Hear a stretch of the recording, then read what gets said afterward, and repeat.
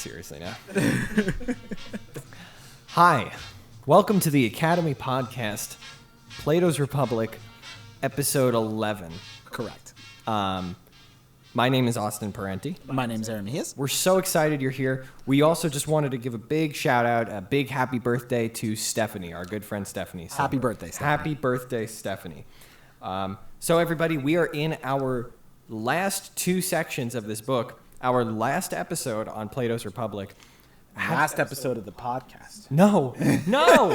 How does it feel, Aaron, to be on our last episode of this truly remarkable book? Yes. I know I sound sarcastic right now, and that's not accurate. I'm not.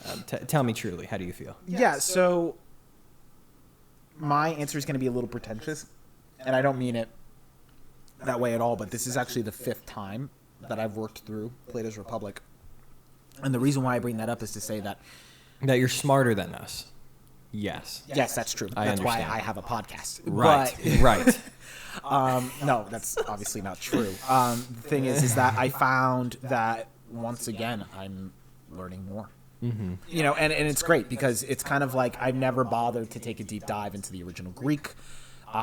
Really, you know, and you're asking fantastic questions when we're talking about this. No, but honestly, it allows when you start to, you know, I highly encourage anybody who's listening, is interested in philosophy, wants to start picking up books on their own. Grab a friend or two, sit down, have a discussion about it, because it really is incredible the way that how our experiences and our background and our education are able to kind of tease out different means of looking at it, and you can kind of start to see how to read well, you know, because that's an art in and of itself, and that's really fantastic because you have been able to kind of analyze this, or at least so I've been able to surmise from our discussions, in that you're able to talk about, you know, the kind of the story elements of this, and that's been really fantastic. What do you think about this? Well, no, yeah, I'm happy. I'm happy that we've come to the end here, because I feel like we've actually finished something. Yeah, honestly, like let's be real. Like, it just feels good to say that we completed what we set out to do, especially such a long, profound book like this. I feel like this is one of those books that a lot of people say, oh yeah, I definitely want to read that, and maybe they even like buy it at like a bookstore, and it just goes on their shelf until retirement. You know, it's a classic, right? Like somebody said, I don't know if it was in a movie or somebody said like, oh, now that I'm retired, I'll finally get around to reading all those books that I pretended to have read my whole life, you know? And so just to be doing that is very satisfying, to be able to say with confidence, yeah, I have studied Plato's Republic thoroughly. Which is interesting. Yeah, and it's interesting because you bring that up in the idea that, and we need to get into the book eventually, but the idea that, like, you know, you don't want to, and this is kind of the point of the podcast, right, is that philosophy should be accessible to everybody. It's not something that you buy a nice book, put it on a shelf, and it's like an aesthetic piece in your home, because these books are going to serve you. You know, they're supposed to serve you in your life before you go into retirement, right? So you don't want them to just sit there. So, right. And honestly, I never thought that we were going to have hundreds of listens, you know. Mm-hmm. It's been pretty cool. When we're talking about this stuff. So thank you, all of you who have made it to the end with us. Yeah, thank you. Thank you, Stephanie. So here we are. Now, let me do my thing where I kind of do the summary to prove that I did the reading and get the credit, right? Cool. So Book 9 concluded the discussion on justice. That was kind of the end of the paper. Book is done. Right. Yeah. Now we have this supplemental piece, which our editor kindly noted that it's possible he kind of compiled this as a response to what he was... I actually looked this up. Okay. So historically speaking, the theory of art and the myth of error, which are the two that we're going to cover within Book 10, two independent sections, they are appendages. They are really They were compiled later on and added into Plato. It's still believed. By Plato, I guess, you know, and I guess as a response, sort of, but we'll see. So here's what we do. We're gonna spend some time in theory of art, and then we're gonna move on to myth of error. They're very different. They cover different ideas. So this is gonna. You can almost treat them as two separate episodes, honestly, split down the middle. Right. So we will briefly touch on both, but we'll make it clear when we're making that break. So moving into the theory of art, this is building on Plato's arguments that he made earlier in the book when he was saying, what place does poetry have in our hypothetical society? And he was kind of harsh on it. Yeah. And so this one is kind of expanding on that a little more, possibly in response to, I think our editor notes it's possible that he's responding here to critics, poets who criticized what he said earlier. Or he's just attacking Stoics. It could be. Okay. I've seen interpretations when I was doing my research about, this could be a very tongue-in-cheek kind of thing where it's very, he's really just attacking Stoics Right, again. just to get a rise out of him. Right, exactly. It could be, it's kind of hard to say because he doesn't treat the subject with the sort of severity that we would see in. So as a precursor, I should say that Plato, he treats the philosophy of aesthetics. And so in case you guys don't know what the philosophy of aesthetics is, it's the study of what makes something beautiful, essentially, understanding our experiences of art, poetry, music, things of that nature. Tends to be the backbone of the arts is beauty. Yeah. So then how do we understand something as beautiful? How do we experience beauty or the sublime? And so this is actually a very modern philosophy, I would say. Aesthetic philosophy doesn't really get off the ground until late 18th century.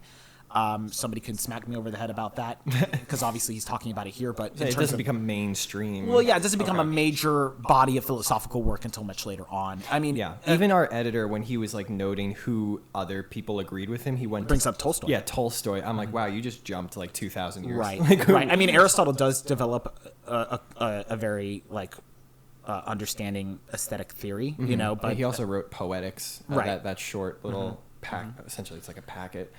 Which I did read. Nice. But for like story purposes. Sure. But so here's what I understood his central kind of argument around the arts to be. Now, just clarify if I've got this right. He was saying relating to poetry and to painting. He was kind of doing both in this theory of art. It was either poems or painting. Right, using painting as kind of a comparison, really. Okay. So the main one is poetry. Yeah. And so he says, if life is about, and Plato's all about life being about getting closer to the form, right? That's his whole world is like moving closer to that universal. He said, if life is all about that, what place does poetry play in our lives? Well, we take a look at a tree, and so that is a shadow. There is truly a tree form in the universe, and we see the shadow. And now when a poet writes about a tree, that is now not twice, but thrice removed from the form itself. Correct. And so he really picks apart poetry from this representation idea. He's saying poets are representing what reality we perceive, but that reality is removed from true reality. And so truly poetry does us no good in moving towards the forms, which then he just says, well, then it clearly has no seeming place, which he laments. Am I understanding his argument well-ish? Getting the gist of it? Yeah. Okay. I would say so. The idea that poetry being is 3 times removed from the truth of a matter, is correct. My big glaring critique of this section and why this section frustrates me is for 2 reasons. One is that, as I was kind of stating earlier, he doesn't treat this section and the idea of aesthetic theory, because Plato just doesn't have a comprehensive aesthetic theory for us to really point to. He does give he gives it better treatment in other works. So I have to be careful. And so I was kind of thinking, how am I going to approach this episode? Am I going to just, I'm just not going to talk about the Republic and instead get into just Plato's aesthetic theory. No, I'm not going to do that. So because we may visit his work later on down the road, or other people, I'm trying to encourage you guys to read on your own. Right. So it's kind of, because again, these are topics that can be visited, that are going to be visited again and again over Plato's lifetime. So you have other works like the Phaedrus, the Iro, and the Symposium, and the Symposium's the big one, and so is the Phaedrus, but the Symposium is literally all about romance and beauty, the whole thing. So it's like, those are much more severe treatments of the idea. Here it's very, I would almost say, haphazard. Like it's like It clearly wasn't the main point of the book. Right. It's a tacked on thing. And then the second thing that bothers me, and I don't know if you noticed this, but obviously he changes the definition of forms. Yes, you had mentioned this, and I have to be honest, I didn't catch it reading it, but you were saying... He's saying there's so when he uses the example of a craftsman early in the book, and he's like, okay, well, the craftsman makes a table, right? And then the painter draws a painting of the table. And then he's explaining how, you're looking at a table from a certain angle, but you still know it is a table. And so the craftsman is understanding, is what we would call doxa, or true opinion, right? So going back to that divided lines allegory, where the simile of the divided line. And so when we're talking about the divided line, and you have belief, and then you go into opinion, or opinion goes into belief, and then belief into knowledge and understanding. So the craftsman has a true opinion or a belief about the form of a thing and is able to craft it, but then the painter, once again, is removed because they're just making a copy of a copy. But then that means that there's a form of a table. Like an actual table. Table is like table as table, the essence of table.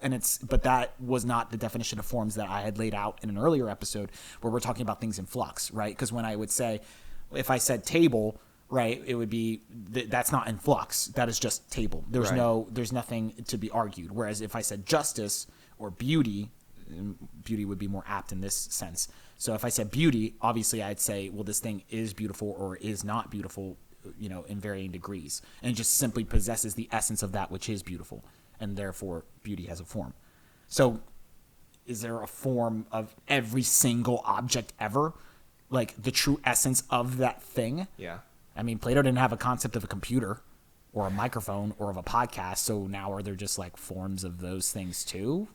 Yeah. The answer is no. That's why I'm saying that, like, I'm going to discount that, because I'm just going to say, no, I think what he's trying to do is just use it as an example, and that's why it's almost tongue-in-cheek for me when I'm reading this, because it's like, well, the definition of the forms doesn't actually make sense to his earlier philosophy.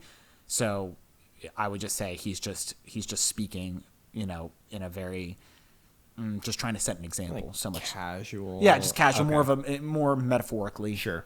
So let's take it a little metaphorically then, and can we spend a little bit of time evaluating the arguments now that we've kind of got a little more context?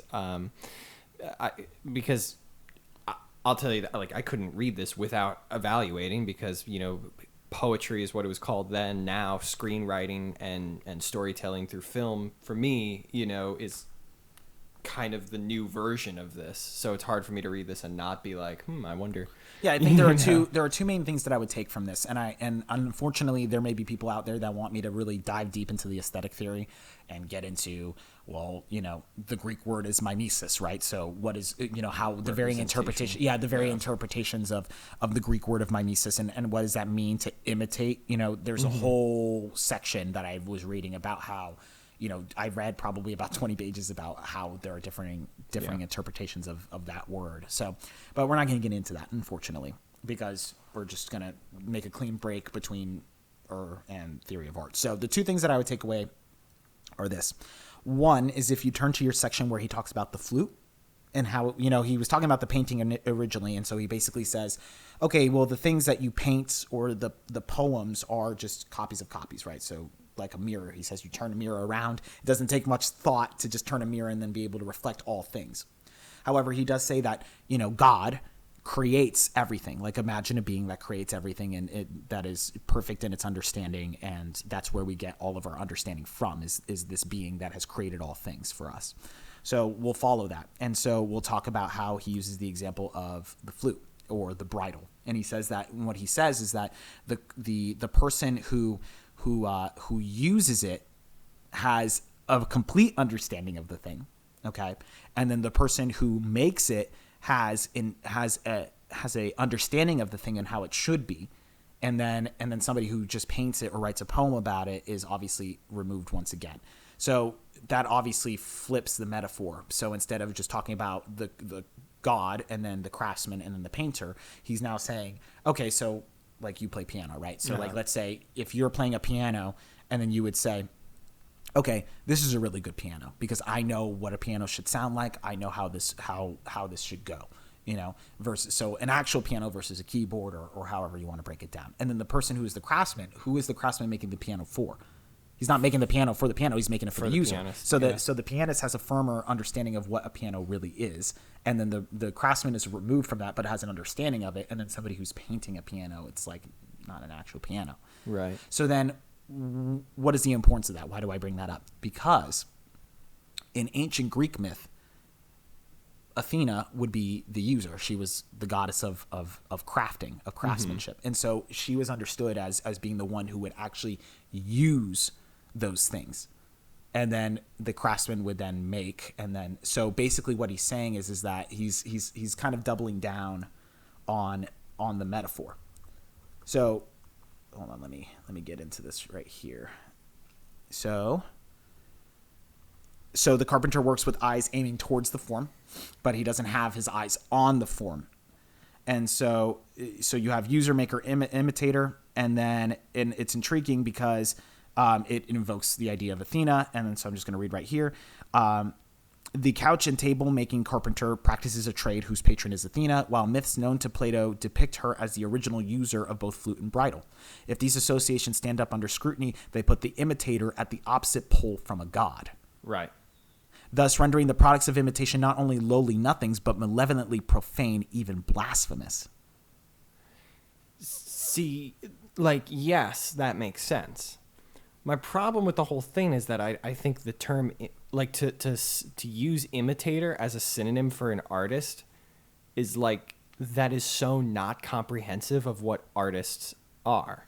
And this is where I might need a little bit of your help with, like, again, context, but I've read Homer, so, like, I know that Homer was not just sitting around twiddling his thumbs, like saying, let me imitate reality. And he started writing, just random stories about people. Like there was purpose and morals and themes that were being communicated through his story. So he's not just imitating. See, this is why this section is so frustrating, because in other dialogues he does get into, like especially the Iro, where he gets into where does the poet get their inspiration from, and he says it's a divine inspiration. So the then, best, hold on. So the best poets actually go and they have a muse, like how like right. they call upon the muse, and so I love it. Yeah. And so he's saying that they actually receive divine inspiration for their poems, and so that's how they're able to kind of talk about things in the sense that where you're getting it from, where it's like, well, they are talking about things that are knowledgeable, these virtues and things of that nature. And this is where it also kind of contradicts Book 3, because Book 3, Plato does say that there is some form of poetry that's allowed, right? It's that the one encourages that's constructive to right, the thumos. I right, remember that whole thing. to virtue. And so it's kind of like, well, this is kind of contradictory. Well, the reason, and so this gets into the second thing that I would say, and this is because so first off, it's an ad hominem attack against poets, because he's saying you're removed from God. Like you're removed because you're just an imitator, just a poor imitator, and almost blasphemous because you have no understanding of what a thing truly is and how it should operate. So both on a theoretical and a practical. Episteme and techne. Got it. Yeah. But then the thing is that going off with that, I don't want to get too deep into the idea of divine inspiration for poems, but we kind of have to understand the religious side of Plato in order to understand his idea of art. Sure. But so he would say that, the best poets like Homer would receive divine inspiration from a muse. But he said still is that even if they were able to gain some sort of understanding, he laments the idea that they, like, he even says, he's like, well, if they're able to do something that's beneficial for the state and encourage people to good character, then bring them on in. Right. But so far I can't see it. Why? Because he's saying that a poem, how to put it, it doesn't move people in the same way that philosophy does. So I'm going to use a modern example, and keep in mind this idea of divine inspiration. So I'm going to use the modern day. Let's just talk about the Joker movie. Okay. Sure. Okay. All right. So a lot of people out there are, and I'm going to have an unpopular opinion, but I really hate this idea of the Joker and how we have this in our pop culture. Why? It's actually kind of Platonic now that I think about it. And I was thinking about it while I was doing my research. So people go see the Joker movie. They come up to me and they go, oh man, that Joker movie was so great. I saw him dance around and do weird things with his body. I love that kind of stuff. And I'm like, okay, that's nice. And then they said, it really depicted, and I asked them, well, what do you like about it? It really depicted mental illness really well. It really gave me a passion for the downtrodden and the mentally ill. Like, wow, like, we need more funding to, help the mentally ill people out there. Right. And I'm like, okay, so let's say we have a director out there who made the Joker movie. who, let's say he had his muse and he was divinely inspired and he was moved to such a passion to talk about the mentally ill and have this virtue of what we would call charity, right? So, Plato would say, yeah, charity's good. That's a virtue. It comes from divine inspiration. Okay, makes a copy of a copy. Yeah. And now all these people are whipped up into a frenzy. Essentially, they have this emotional experience where you feel charged up and you want to care about the mentally ill. Now, give me a percentage of the amount of people who have watched the Joker movie and actually go out and to help the mentally ill. Probably very little. How about none? We'll just say none, right? And then a bunch of people made a few $1 million and they go home happy. Okay. Right. And they don't donate that. Sure, exactly. And so I don't want to and how many examples can I come up with? Star Wars, fight. Well, my favorite is that the new Avengers movie where there was that scene with all the women Avengers shooting their laser right, guns. and it doesn't, and it's like, okay, great, we're talking about equality, but essentially you have 2 male directors, you have a board of male men, like male men. You have a board of men, and it's like, and they're making billions of dollars off of this one. Not giving money to women exactly. to equality, exactly. further equality. Yeah, and so this is hypocritical. And so the reason why I bring this up is to say that Plato says, okay, great, like you whip people up into a frenzy about something. You made a copy of a copy, and so you may learn something from that, and that may be even true opinion. However, it doesn't mean anything because really, so two sides of the same coin. One side is that you either have it where somebody could have been taught that through good, rigorous philosophical understanding, which then transforms the soul, right, through psychic harmony. And so with reason as the head and through just rigorous physical training and intellectual training, somebody who has an ordered life that will pursue charity towards those who are downtrodden. Let's say mentally ill, just continue with the Joker example. And then the flip side of it is to say that therefore it's an ineffective means, practically speaking, for inspiring right action.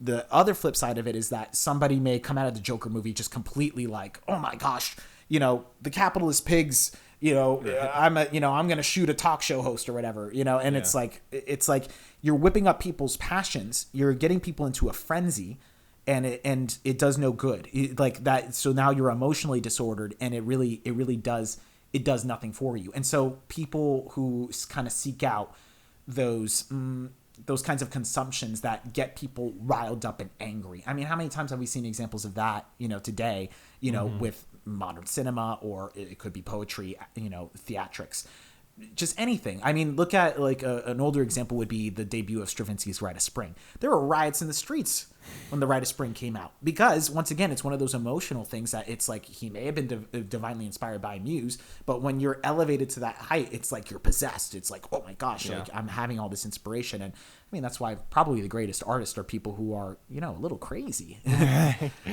And so that you see what I'm kind of getting at, where it's like that's his critique, where it's like, well, I learned a lot from Homer, and he's like, that's cool. It's a fair critique, but it still is a little oddly self-serving. Why don't you like? What is your issue? Well, I think it's fair what he said. Like, here, let me reword what you're saying to make sure I'm getting it right. It seems that art. Well, let's say this. Philosophy is a tool to sharpen and convince your, primer senses of reason and stuff like that, to believe in what's right, to do what's right. And art seems to just aim at the lower faculties, kind of like maybe what Plato would call the stomach, right? And say it's going to start moving those deep passions in you, but not necessarily give you the reason to act on it well, or maybe it's even going to move you in a direction that's vicious. Yeah. Right. So I totally sympathize. I understand that, but I'm just left questioning, like, then why does art exist? In his perfect society, it probably wouldn't. Right. But in the world we have right now, there are philosophy books and there are art books, and I can't. I'm having trouble wrapping my head around this idea that every idea would be best communicated in philosophy, or in some form of imitative poetry, and where you are encouraging people to, and even then, very specifically taking on, a good regimented character that allows you to understand, what would be the actions and the dictates of a true hero. But there's just something different though about, like, I just watched Hunchback of Notre Dame, right? And because the school put it on, and Victor Hugo did a really wonderful job writing that story. And it's my understanding that the play is more similar to the book than the Disney show is. I've never seen the Disney cartoon. I just saw the play, and I haven't read the book. But the idea is like, we can sit here and philosophize, all day about how we should, treat people who are different than us as humans, and equals, and that's all wonderful and stuff.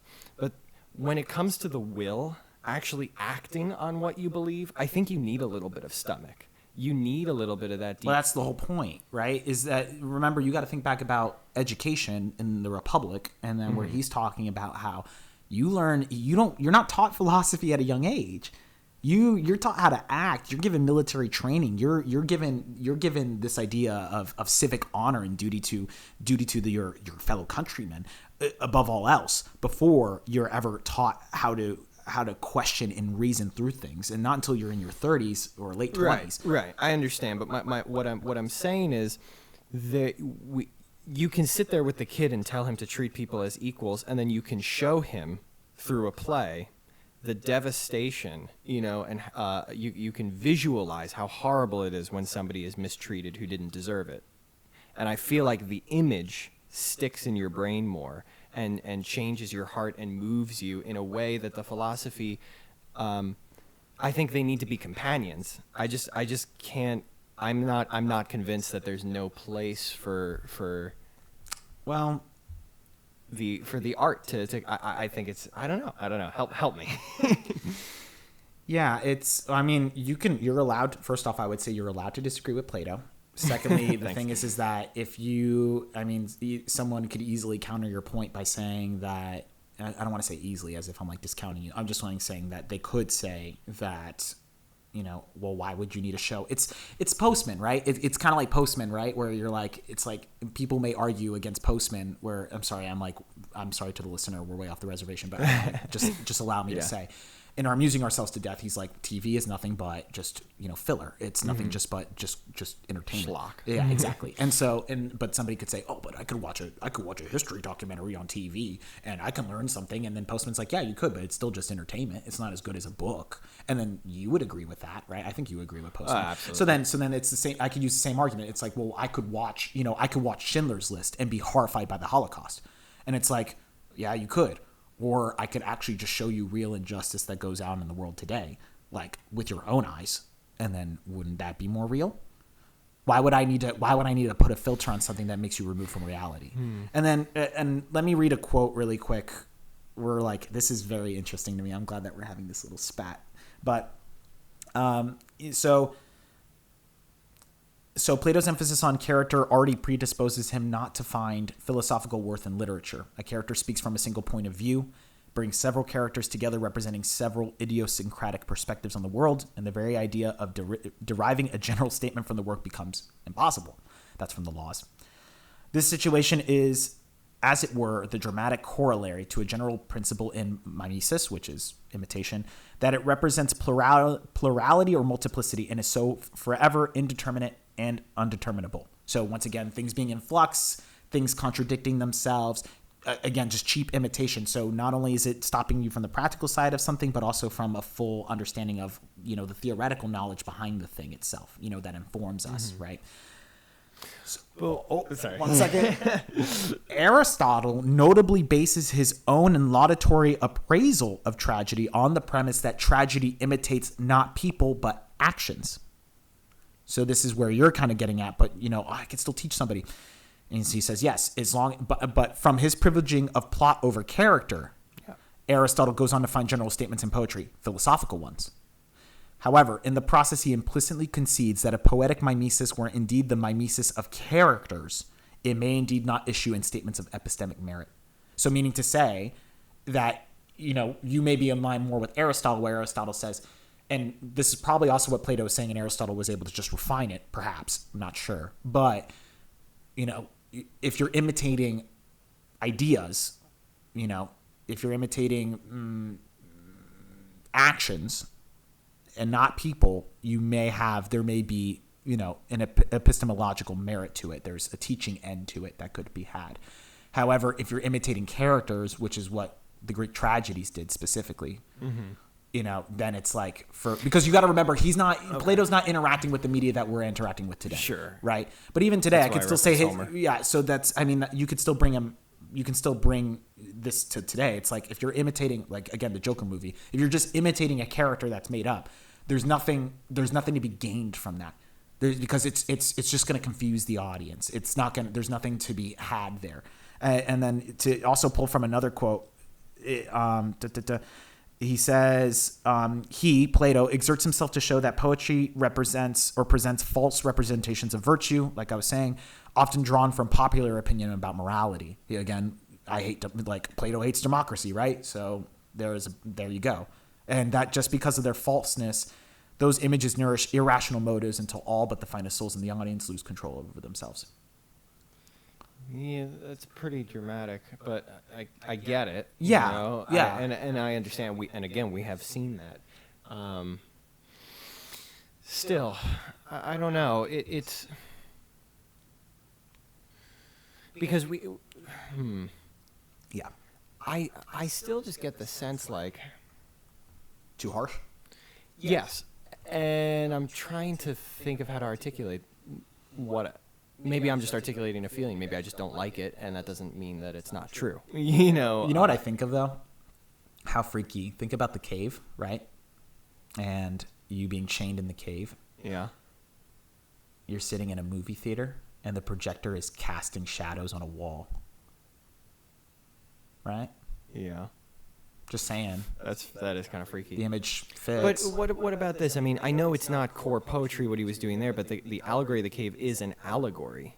The myth of is a story that he's using to it's not written in prose, right? But myth in the Greek sense is not like myth as a storytelling, because myth in Greek would have been more of a personal history. Account. Yeah, okay. Yeah, exactly. Right, that's fair. That's why is the myth of is just telling a story about what he saw in the afterlife. Right? Mm-hmm. It's nothing. It has no. Yeah. It's no like flowery language. Still, what the heck is the word didactic? Is that like didactic art is like art that aims to teach you something or something like that? Ooh, let's go to the search engine didactic art, because I am stupid. I know. I just read it in like C.S. Lewis's on other didacticism. Didacticism is a philosophy that emphasizes instructional and informative qualities in literature and other types of art. Right. So that's what I feel like he's not that he's missing that, but take like, and I feel like I know what you're gonna say, but like something like Animal Farm is written as an allegory to simplify for the reader what happened from the psychological, emotional aspects during the Russian Revolution, right? And what an effective job I always felt like it did anyway, of giving me a clear angle of something that did happen historically. Now, I know the comeback can be, well, why don't you just actually read history and philosophy? Why don't you read Marx and study, the history of that time period? I get that, but is there not room for this type of at least allegorical, didactic, simplifying, and kind of like companions to the philosophy to help emphasize certain points, kind of like salt and pepper on your meal? And I'm trying to come up with a reason for why I do what I do. Why I write stories.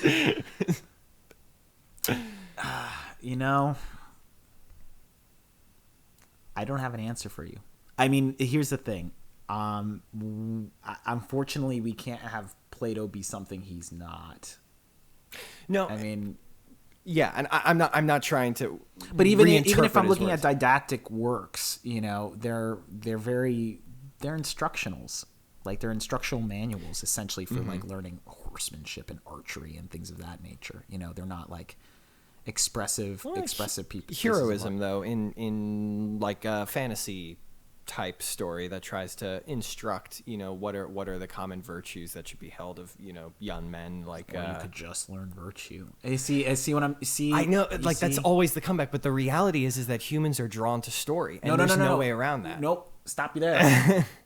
That's not reality. Reality is the forms.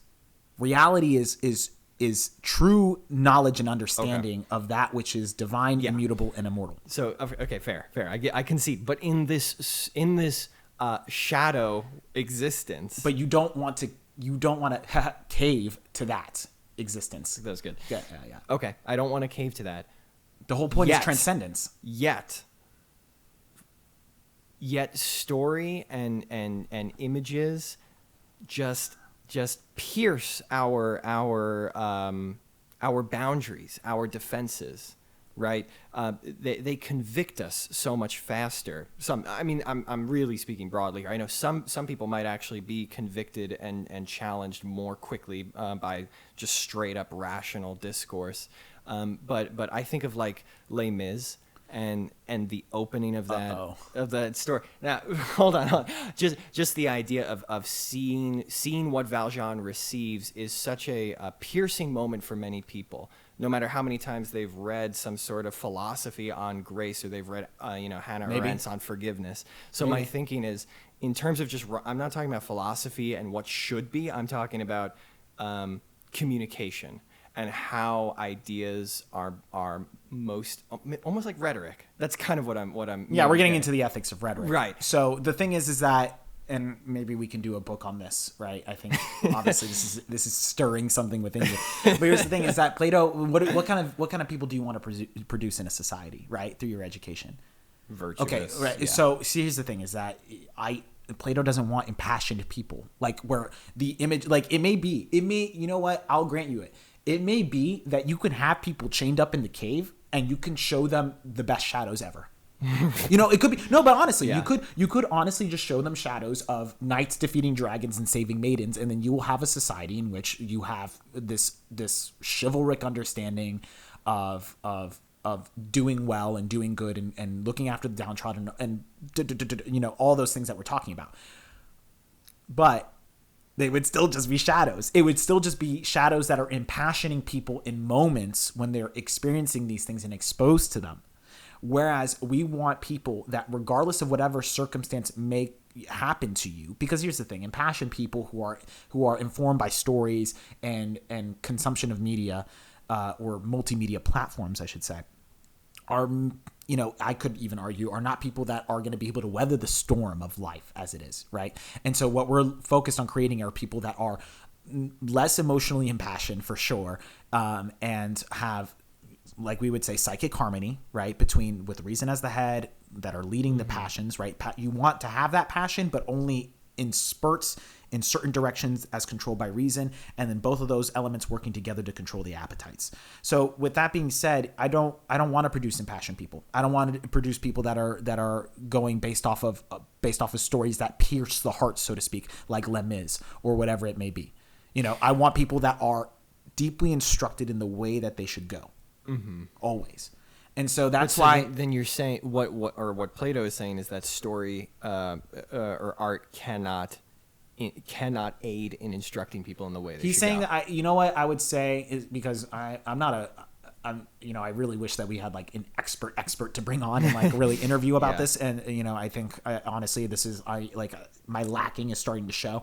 But what I think it would be is that he would say is that, he does say in the book, if we do have somebody who's completely perfect at imitating whatever character it may be, we will laud praises on them, cover them in myrrh, crown them, and then send them on their way, right? Mm-hmm. And so he would say, yeah, great. I'm glad that you have that skill, kind of, not even really a technique, honestly, but that you have that gift. And there may be a place for it. And again, like I said, he doesn't treat it with any sort of severity here in this section. But he would say that it's insufficient for the purposes of creating the republic that he envisions. Okay, that's fair. It's just insufficient. It's just not. It won't work for him. It's just because, again, it's just removed from the essence of the thing itself. It's a copy of a copy. It won't work. I just hate to. Sorry, I mean, No, that's creating film is dumb. no. It's not, because I think he. You could say he's wrong. No, I think so, and I would think differently if he actually gave us a proper way of getting to the form. But he said to do math, so Oh my goodness! But honestly, so if he's gonna say that art cannot achieve the form, but he's not actually going to give us a way to get there, then, well, to me, I can just say, well, maybe that opening of Les Mis is helping me to see closer to the form of grace and charity. I guess that's the central virtue of the opening there. Then, and it's doing the same job that a philosophical work would do on getting me to that point of understanding. But once again, you kind of cheated yourself, because, and I hate to bring it up, but the very fact that you have an understanding of forms, or of getting to moving beyond belief to understanding of something in knowledge, well, that comes from Plato. It comes from an allegory that he oh my in goodness. the middle of the it comes book. From a story. It comes from a philosophical understanding that he handed to you. I'm not saying it's one or the other. I'm saying that both could work together in a beautiful harmony. And that the art can exemplify what the philosopher is articulating. You know what I love is that I've been so fiercely defending Plato, and I don't even necessarily agree with him one way or the other. No, I appreciate you playing the devil's advocate, though, so that it's not just me. Yeah, but I definitely, obviously, I guess we kind of covered the section. Yeah, sort of. I mean, we just kind of had it out. That's fun. Yeah. I think, honestly, we probably will just cover more aesthetic philosophy. I think. I'd love to do that Tolstoy book that they reference, his On Art and Something. I added that to my reading. Well, the real beginning of aesthetic philosophy, at least as we know it, does start with Plato and Aristotle, but I would say you see a much greater treatment of it in the understand, like, the theory of the sublime. I forget what it's called. Is it in his, Theory of the Rhetoric? Sublime by Edmund Burke. Oh, Burke. I actually did. I forget what I read from him. You probably read Reflections on the Revolution in France. That's his most famous work. Possibly. Well, a philosophical inquiry into the origin of our ideas of the beautiful and the sublime. We are a little past halfway, so I think we should jump into the myth of because that's going to be a little more, I think, just totally straightforward, maybe, and beneficial. I think. Yeah, I think how I want to treat the myth of is very just. I just want to just present what he says, and then just that's about it. Because honestly, there's not much to read into. Yeah.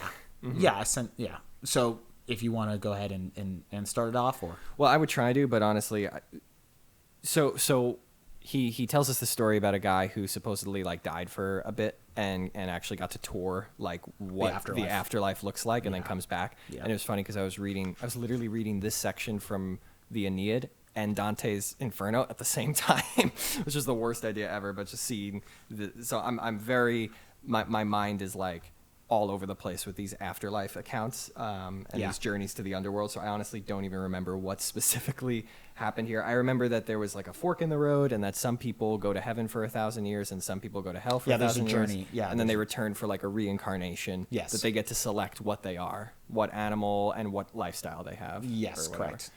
And there were some interesting choices. He was bringing up some famous people. It seemed that the oblivious seeming people were choosing to be tyrants. Based off the life that they had lived before. So it's almost as if you didn't really have, based on the character of the life that you lived would lead to the choice that you make in the future. Right. So these people, these more oblivious heaven people were choosing to be tyrants, which again, tyrant didn't mean, it doesn't have not the people, they're souls. So, the souls, right? Yeah, right. So that gets into the idea of the soul, gets more into the right. philosophy of this. So we could talk about that. And then it seemed, and we were talking a little bit about this in the car, it seemed that the people who suffered most were the ones who chose more humble positions that they understood. In the food chain, which is so interesting. And then Plato makes his closing comments with Glaucon, but that was a really quick survey. I don't even know if I was right about all of it. No, you're good. No, it's fine. I would say, so the first thing that's philosophically interesting, at least for the audience, is that there's no long section where he's proven the existence of the soul, right? So Yeah. so it's it's an interesting thing is that they they believed the soul existed. He just establishes the soul exists and it's immortal. Done. I did not understand. He had a little argument there. Yeah, he had a little one. And it was the strangest thing. I was like, what? And is A that thing specific evil or flaw is what destroys that specific thing. Yes. Correct. Yes. And so he was saying that like the human body itself is weakened by its flaw and yeah. So how to how to explain it. So the first thing is that I guess I would get quickly into a definition of what the soul is. Of course, I think we can dedicate many episodes to this idea of varying definitions of the soul. But the soul for the ancient Greeks is that they never bothered to, this is not the age of enlightenment where they're trying to define and figure out empirically what the soul is through philosophy or whatever. And so they just say the soul is the spark of life. What animates you in life? The soul. That's what so people may say, well, no, it's actually the blood pumping through the heart that carries blood vessels to the organs that allow them to work. But what gave that initial spark of like life? Soul. The soul. Okay. And so, but for Plato specifically, it's more of the ghost in the shell. So you are actually your soul and your body's actually just a husk. And the soul is just inhabiting the body that animates it. And then when you die, that's the soul leaving. I feel like that's the most common, probably, average Joe, like, understanding of the soul too, right? I mean, well, Aristotle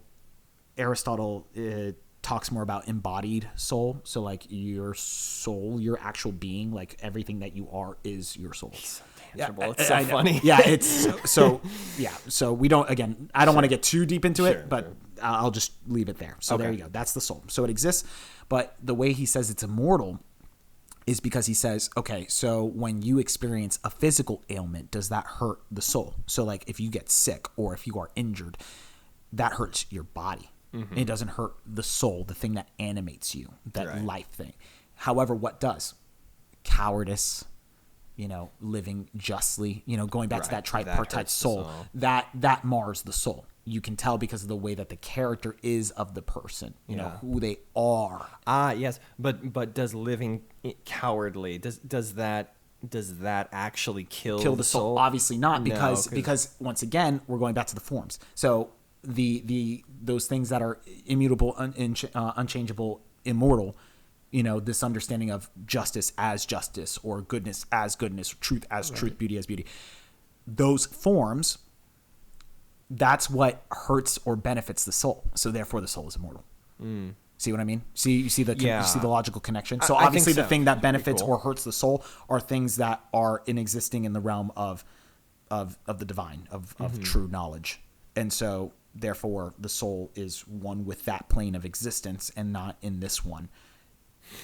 There you go. Interesting. That is the breakdown right then and there.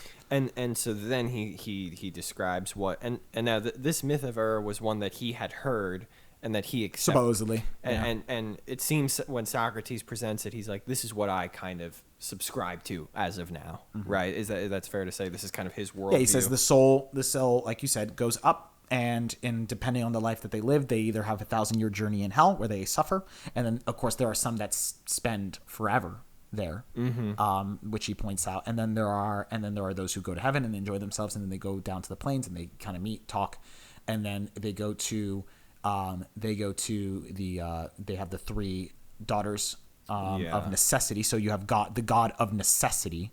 So that is God, that holds everything together.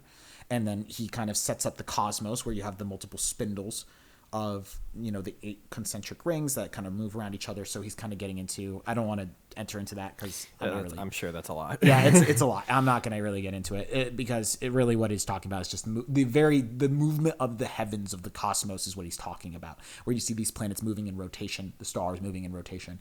Is that what he's talking? That's what he's talking about. And then so necessity holds it together. So therefore, the very law, the truth that underpins and holds all of reality and existence together is necessity. It's necessary that these things are.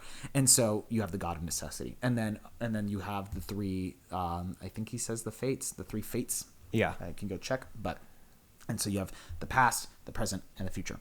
And then they go and then they receive their lots from the past, and then they can see, and then they get in line, and based on their lot, and then they come up and they are able to choose if they want to be reincarnated as an animal, or what kind of animal, or if they want to, what kind of person they want to be. So he says that there are more selection than there are souls going to pick, and then but he also, interestingly enough, says that something immortal cannot be like created. There's no more creation of souls. Yeah, that was interesting. Yeah, okay. Yeah, he doesn't really give an argument for it. He just says it. There it is, because he's like, immortal means unchanging, so therefore you can't have more of it. There it is. And then people just pick, and based on the life that you lived before is what you're predisposed towards, and they don't really look. Yeah. And then so the first guy picks a tyrant. Because he just sees that the life is glamorous, and he just picks it because of the life he lived before. But obviously there are terrible things that happen. And then, of course, our favorite being Odysseus, who goes and he's like, I suffered a lot, and I'm going to pick the life of an average man. And then they go and they drink the river where they can forget, and then they get whisked away and are sent down. Yeah. And that's pretty much it. And then he says something really powerful that I found here, where he says,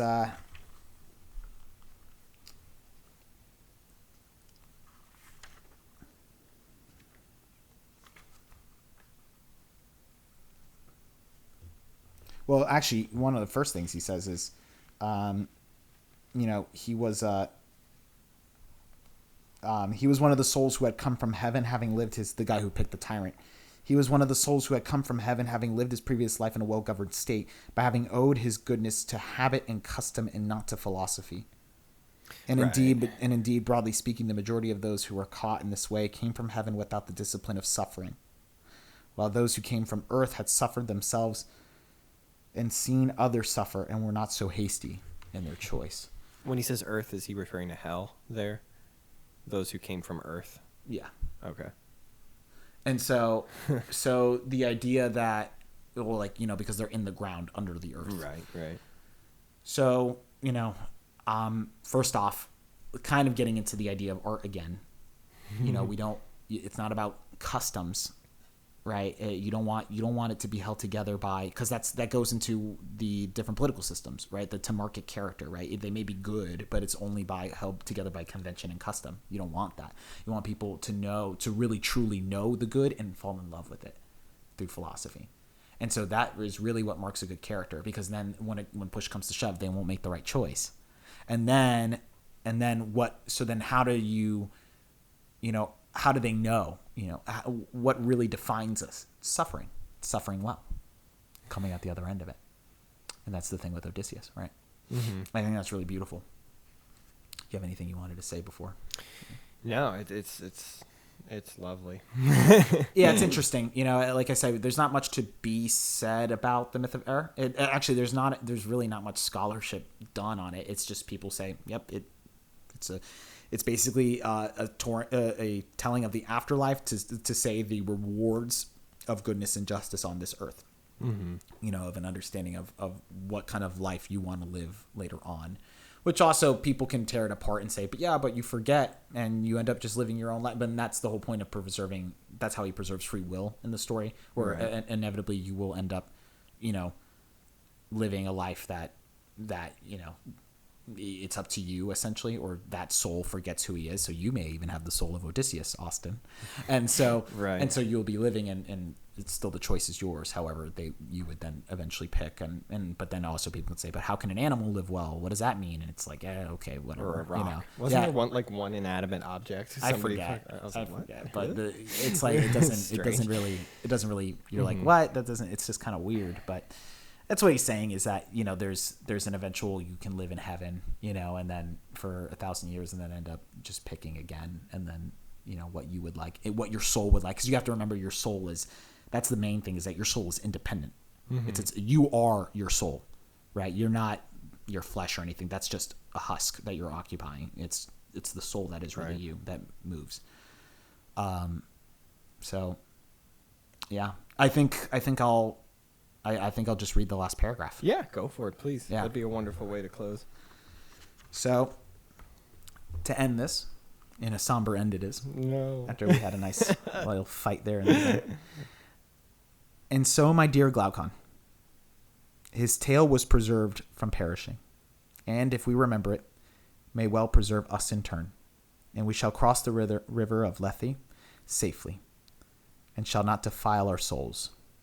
This, at any rate, is my advice, that we should believe the soul to be immortal, capable of enduring all evil and all good, and always keep our feet on the upward way, and pursue justice with wisdom. So we shall be at peace with the gods and with ourselves, both in our life here and when, like the victors in the games collecting their prizes, we receive our reward.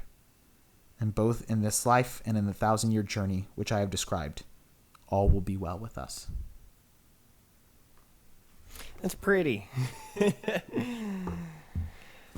Yeah, and so you start to see, honestly, the deep, the tie, like we can do a whole thing about, the religion of Plato and the deep ties that it has to Christianity. Because honestly, it's not until really Christian philosophy co-ops, Neoplatonist thinking and develops it further to the point that, and I mean, it's kind of interesting that it's like, is the current Christian understanding of heaven, or Judeo-Christian understanding of heaven, is it really uniquely like its own thing, or does this actually come from, that's an earlier discussion we had. It's like how much has been given and taken, but yeah, it's so hard to tell. Right. Yeah. Right. But you start to see that, like, wow, there may be similarities there, and the idea of the soul to be fully developed, it takes a little while, but there you have it. There is that connection there, and it is interesting because Plato's coming in at a time and he's writing a philosophy that, and it was unique earlier where he was talking about the idea of the soul and about God, when we brought that up earlier. And I remember Glaucon was like shocked. He's like, really? You mean to say that? And so, right. Well, he actually says in the beginning of here, he's like, I'll tell you, the soul is immortal. He's like, what? You're crazy. and it really is that in the ancient Greek world, when Plato was writing, it would have been audacious for him to publish a work claiming the immortality of the soul, as well as bashing Homer and a million other things. He does in this work. It's so funny. It's interesting, but he is the father of Western philosophy. The father of Western philosophy is claiming that you have an immortal soul, and what you do on this earth matters. And these are the conclusions he came to. Never interacted with Christianity. He predates it. And he was certainly countercultural. So I think all those things need to be taken into account when dealing with him. That, like I said, Plato's more than just a walking brain and a man with reason. He was a man that wanted you to be passionate about the divine. Really, I think there's a deep religious element to Plato. You see that in the forms, and you see that here, obviously. So I think that would be the one big takeaway I would encourage people to have. Well, it has been a joy. It really has been. This is really, really, really good stuff. This just feels like an encyclopedia, or rather like an anthology, more than just a single work on justice. It's covered so many different aspects of philosophy. We've gone from aesthetics to virtue ethics and epistemology. And so it's politics, I think it's a great introduction to our podcast in general. I'm really glad we started with this. I know, I think halfway through we were like, man, we should have started with something else faster that we could, but this is such a But here, a quick question for you. Yeah. Before we go. Is the Republic Republic a political work? I forgot about this. Is the Republic a political work, or is it a metaphor for the soul? Well, definitely the way we've been talking about it totally seems like a metaphor for the soul. I mean, literally, in his conclusion, he's like, yeah, I don't even think, I'm not even sure that this hypothetical city that we've built can ever really come into fruition. That's the moment I feel like he forfeited the political work. At least from my perspective, it's like, yeah, I can't imagine he would write 400 pages about something that would more likely than not never come to fruition. But in our souls, it totally can. Yeah. So I think it's a work on the inner polis. That's my last one. So so that concludes our coverage of Plato's Republic. Very interesting. I think we produced about 11 to 12 hours of content of just this one book. And I really hope that you guys have enjoyed it and will continue to enjoy it in the future. I will be revealing Austin's pick for the next book. So Austin got to pick the next one. And so it's going to be a shorter work. We're not jumping too far ahead into the future, so that's interesting. But I will be revealing that in particular posts. You're going to see the graphic of the Academy podcast is going to change. We're going to change up the intro music. So every single book, things get flipped on its head, and we're going to do something completely different. So it's going to be cool. And so the next few episodes will be focused on, I think we're going to take about a 2-week break. And then we'll be right back into it with the new book. And so they should follow us on our various social media to see that, right? So Instagram and Twitter, that's where the big reveals will come into play, and then I'll slowly leak out the information of when Austin gets ahead to create the new graphics and we start talking about it. And then I think eventually there are going to be other social media platforms we're going to get on, so I'm going to go ahead and start the Facebook group. Yes. And then some video content that we're thinking about creating as well, so we hope you guys enjoy that. We're going to be working on that too. So anything you wanted to add, Austin? No, guys, thank you just so much for joining us in this journey. We're really excited to continue. So, we're not done yet. We're not done. Indeed. Alrighty. Well, have a great week, and we will see you for our next series. Yes. Woo.